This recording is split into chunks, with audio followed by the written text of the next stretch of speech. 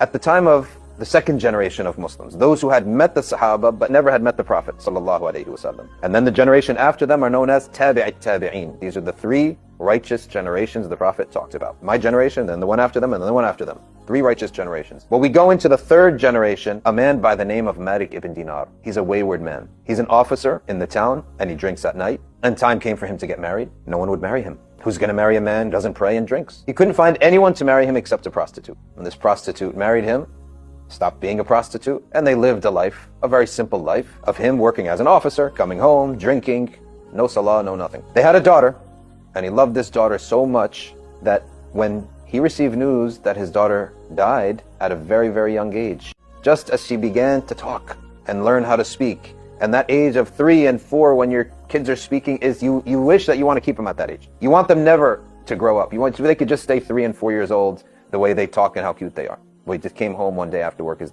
daughter's dead. He said he was so angry that he went to the bar and the place where people drink at that time, and he said, I'm going to get more drunk than I've ever gotten before. He drank his lights out until he passed out. But when he passed out, he had a vision, close to a nightmare, that it was the day of resurrection, and that he was being chased by a beast so big, it was like the size of a bear, but the form of a wolf. And he kept running, and all that he could see in front of him, coming the opposite way, was an old man. He said, help! The old man said, how can I help you? Look how frail and thin I am against this beast. He's running for his life, perspiring, about to be snatched by this beast. Sees the old man again. He says, help! He says, how can I help you? Look at me and look at that beast. He traveled all the way until he heard the voice of his daughter. And he looked, he found his daughter opening a door and said, Father, come in here. And she closed the door and he was in safety. His daughter then looked at him and said, oh Father, أَلَمْ يَأْنِ لِلَّذِينَ آمَنُوا أَن تَخْشَعَ قُلُوبُهُمْ لِذِكْرِ اللَّهِ وَمَا نَزَلَ مِنَ الْحَقِّ. She recited to him a verse of Quran. Isn't it time for the believers, for their hearts to soften to the remembrance of Allah and the truth which has been revealed? And he woke up. Immediately he realized this was a severe warning from the path that he was on.